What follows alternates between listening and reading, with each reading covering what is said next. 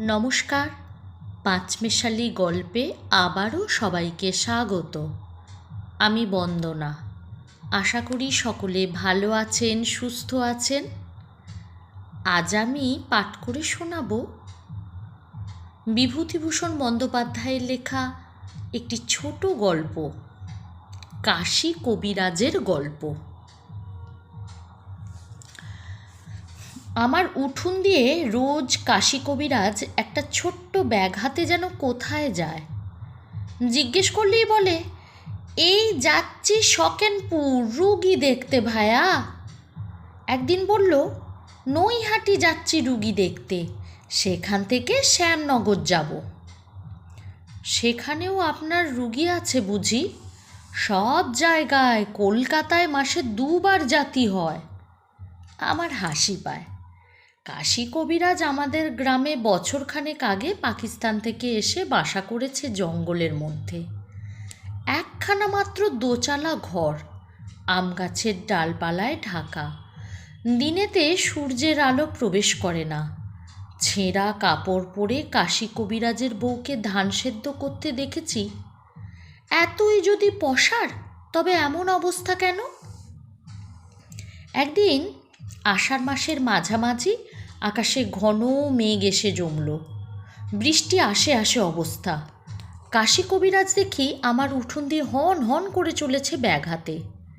ডেকে বললাম, ও কবিরাজ মশাই, শুনুন শুনুন, কোথায় চলেন? বৃষ্টি আসছে যে। কাশী কবিরাজ আমার চণ্ডী মণ্ডপে এসে উঠে বসল। বললে, একটু রানাঘাট যেতাম এই ট্রেনেই, রুগী ছেলে। কে রুগী? একজন মাদ্রাজি, পা ফুলে বিরাট হয়েছে। সব ডাক্তারের জবাব দিয়েছে। 3 বার এরা করতে গিয়ে এলো। আমি বলিছি, ওসব একসরা টেসরা আমার সঙ্গে লাগবে না, আমার মুখই একসরা। আমার হাসি পেল। নিজের যদি অত গুণ, তবে দোচালায় বাস করা কেন? জঙ্গলের মধ্যে লম্বা লম্বা কথা বলেই কি লোকে তোমাকে বড় কবিরাজ ভাববে? একটু চা খান দাদা। তা খাওয়াও। বেশ হয় বৃষ্টিতে। বৃষ্টি তো এসেই গেল, একটু বসেই যাই। আপনার পসার তাহলে বেশ বেড়েছে? বাড়বে কি ভায়া, বরাবরই আছে। আমার তান্ত্রিক কবিরাজি, যা কেউ সারাতে পারবে না তা আমি সারাবো। বলেন কি? এই জন্যই তো আমার পসার, শুধু বাড়ানো কাড়ানো। ঝাড়িয়ে রোগ সারিয়েছেন? আরে এ পাগল বলে কি, বড় বড় রোগ ঝাড়িয়ে সারিয়েছি। বটে? তোমরা ইংরাজি লেখাপড়া জানো কি না, সমস্ত অবিশ্বাস করো জানি। ভূত মানো? এই রে, ঝাড়ফুঁক থেকে এবার ভূত প্রেত এসে পৌঁছুলে। কাশীনাথ কবিরাজ অনেক কিছু জানে দেখছি। বললাম, যদি বলি মানি নে? তা তো বলবাই। ইংরাজি পড়াতে তোমাদের ইহকালও গিয়াছে, পরকালও গিয়াছে। রাগ করো না ভায়া, যা সত্যি তাই বললাম। চা এসেছে। তাহলে একটি গল্প বলি শোনো, আমার নিজের চোখে দেখা। খুব বৃষ্টি এসে পড়ল। চারিদিক অন্ধকার করে এলো। কাশীনাথ কবিরাজ তার গল্প আরম্ভ করল। কাশীনাথ কবিরাজ তান্ত্রিক মতে চিকিৎসা করে বলে অনেক দূর দূর থেকে তার ডাক আসে। আজ থেকে বছর 10 আগে হরিহরপুরের জমিদার শিবচন্দ্র মুখুজ্জের বাড়ি তার ছেলের চিকিৎসার জন্য কাশীনাথের ডাক এলো। আমি বললাম, আগে কখনো সেখানে গিয়েছিলেন আপনি? না। নাম জানতেন? খুব। আমাদের ওদেশে হরিহরপুরের জমিদারের নাম খুব প্রসিদ্ধ। যখন গিয়ে পৌঁছলেন তখন বেলা কত? এই সন্ধ্যের কিছু আগে। তারপর শোনো। কাশীনাথ ওদের বাড়ি দেখে অবাক হয়ে গেল। সেকেলের নাম করা জমিদার, মস্ত বড় দেউড়ি, 2-3 মহলা বাড়ি। দেউড়ির পাশে বৈঠকখানা ঘর, তার পাশে একটা বড় বারান্দা, ওদিকে ঠাকুর দালান, বাইরে রাসমঞ্চ, দোলমঞ্চ। তবে এ সবই ভগ্নপ্রায় পূর্বের সমৃদ্ধি ঘোষণা করে দাঁড়িয়ে আছে মাত্র। বড় বড় বট অশ্বত্থের গাছ গজিয়েছে বাড়ির গায়ে, মন্দিরের চূড়ার ফাটলে শালিকের গর্ত, কাঠবিড়ালির বাসা, সামনে বড় একটা আধমজা দিঘি পানায় ভর্তি। সন্ধ্যার কিছু আগে সেই মস্ত বড় পুরনো ভাঙা বাড়ি দেখে কাশীনাথের মনে কেমন এক অপূর্ব ভাব এলো। আমি বললাম, কী ভাব? সে তোমারে বলতে পারি নে ভায়া, ভয়ও না আনন্দও না, কেমন যেন মনে হলো এ বাড়ি বড় অপয়া বাড়ি, এ ভিটেতে পা না দেওয়াই ভালো আমার পক্ষী। তোমার হবে না, কিন্তু আমার হয় বাপু এমনি। কোথাও হয়েছে? আরও দুই একবার হয়েছে অমনি, কিন্তু সে কথা এখন আনবার দরকার নেই। তারপর বলি শোনো না। তারপর কাশী কবিরাজ সেখানে গিয়ে রোগী দেখলে। 10 বৎসর বয়সের একটি ছেলের টাইফয়েড, আর তার সঙ্গে তার অবস্থা খুব সংকটাপন্ন। কাশী কবিরাজ গিয়ে তান্ত্রিক প্রণালী মতে তাকে ঝাড়ফুঁক করে শেকড় বাকড়ের ওষুধ বেটে খাওয়ালো। রোগী কথঞ্চিৎ সুস্থ হয়ে উঠল। অনেক রাত্রে কাশী খাওয়া দাওয়া সেরে দেউড়ির পাশে বৈঠকখানা ঘরে এসে দেখল সেখানে তার জন্যে শয্যা প্রস্তুত। উৎকৃষ্ট শয্যা, দামি নেটের মশারি, কাঁসার গেলাসে জল ঢাকা আছে, ডিবের বাটিতে পান, সব ব্যবস্থা অতি পরিপাটি। আমি বললাম, বড় লোকের বাড়ির বন্দোবস্ত। হাজার হোক বনেদি ঘর তো, যতই অবস্থা খারাপ হোক পুরনো চালচলন যাবে কোথায়? তারপর কাশী কবিরাজ বেশিক্ষণ শোয়নি।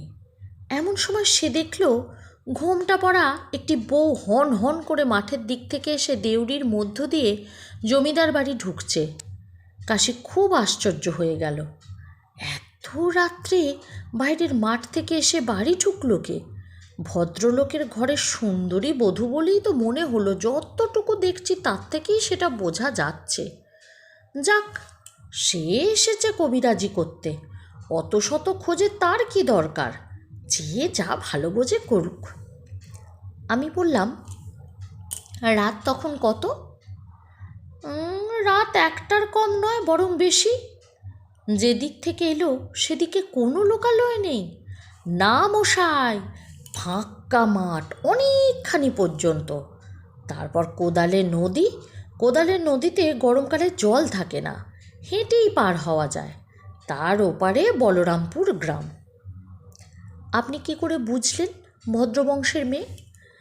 হাত পায়ের যতটুকু খোলা, ধপধপে ফর্সা, জ্যোৎস্না রাত। আমি দিব্যি টের পাচ্ছি। মুখখানা অবশ্য ঘোমটায় ঢাকা ছিল।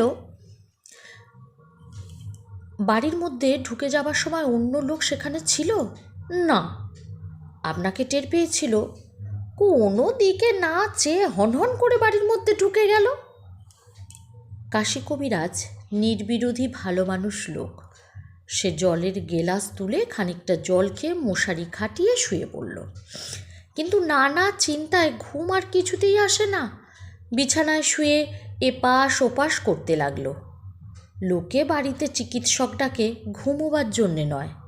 কাশী কবিরাজ অভিজ্ঞ লোক, দায়িত্ববোধ তার যথেষ্ট। সে অবস্থায় তার চোখে ঘুম আসে কি করে? মিনিট খানেক পরে কাশী হঠাৎ দেখল সেই বউটি তার পাশের দেউড়ি দিয়ে আবার বার হয়ে যাচ্ছে। বিছানা ছেড়ে সে তড়াক করে উঠে পড়ল। বউটি ক্রমে দূরে মাঠের দিকে চলে যাচ্ছে। জ্যোৎস্নায় তার সাদা কাপড় দূর থেকেও স্পষ্ট দেখা যাচ্ছে। আমি বললাম, মাঠের দিকে গেল একা? একদম একা, আর অত রাতে? আপনি কি ভাবলেন? আমি কি ভাববো মশাই, এক্কেবারে অবাক। এত রাত্রে একটি সুন্দরী মেয়ে এমনভাবে যে নির্জন মাঠের দিকে চলে যেতে পারে তা তো কখনো দেখিও নি। কাশী কবিরাজ 7-5 ভাবছে।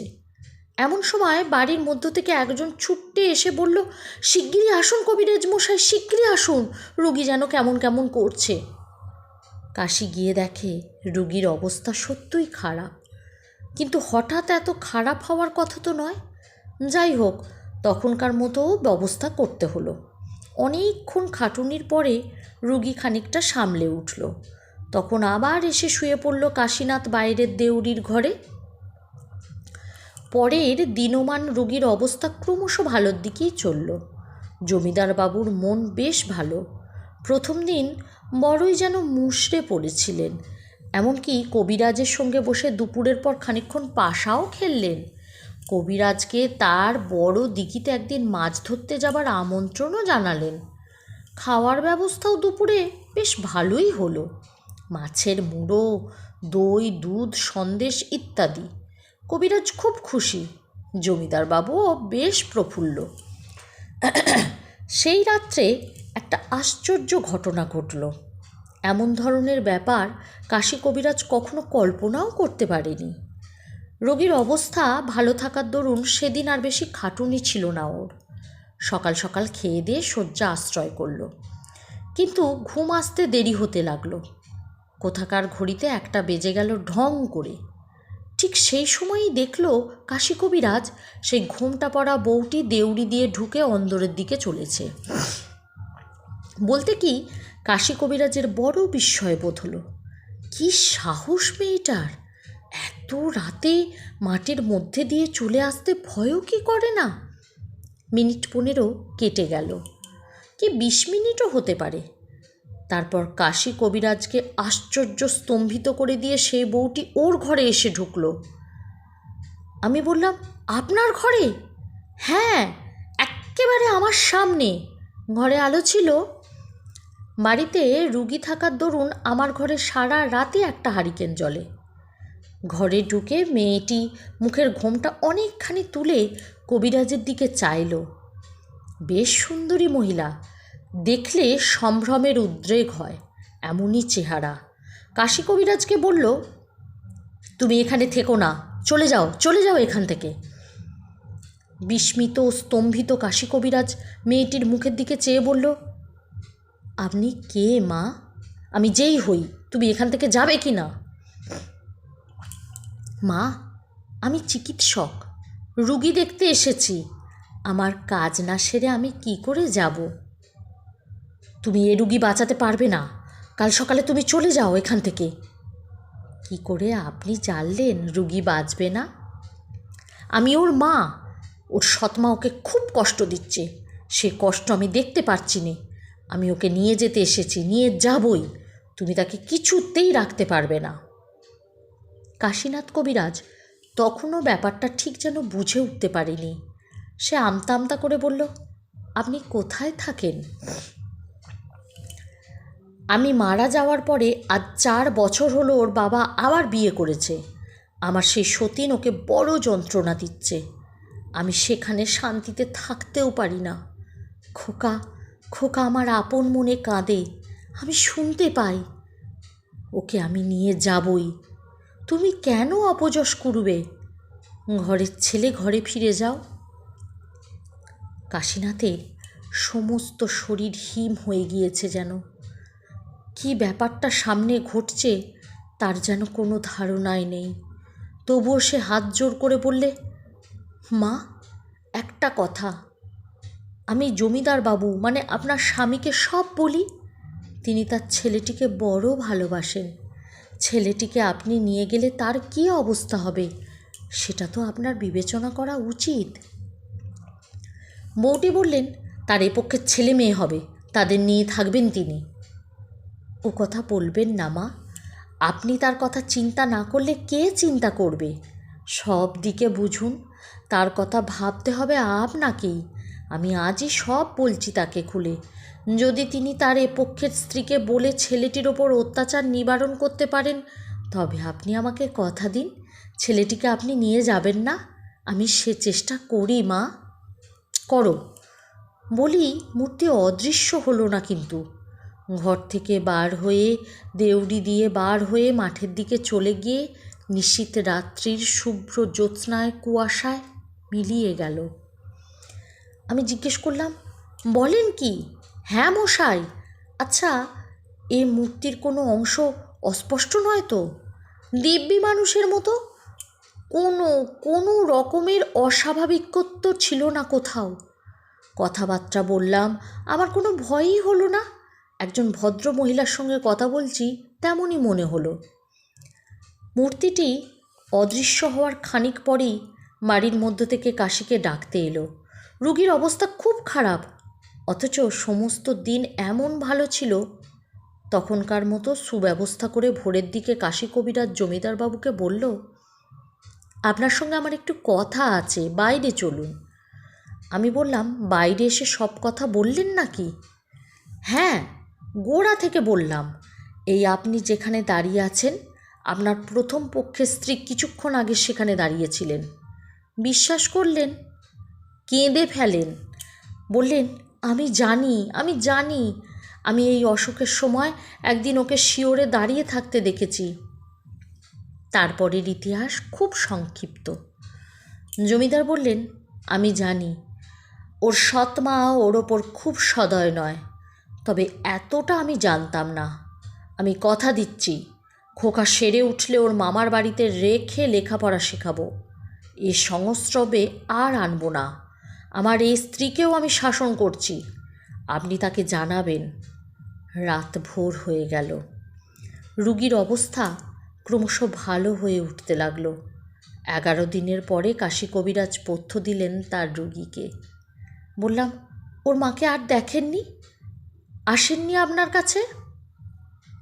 কাশী কবিরাজ বললেন, না।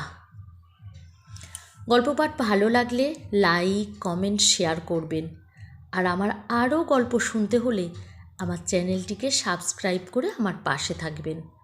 আবার আসবো অন্য এক গল্প নিয়ে। সকলে ভালো থাকুন। নমস্কার।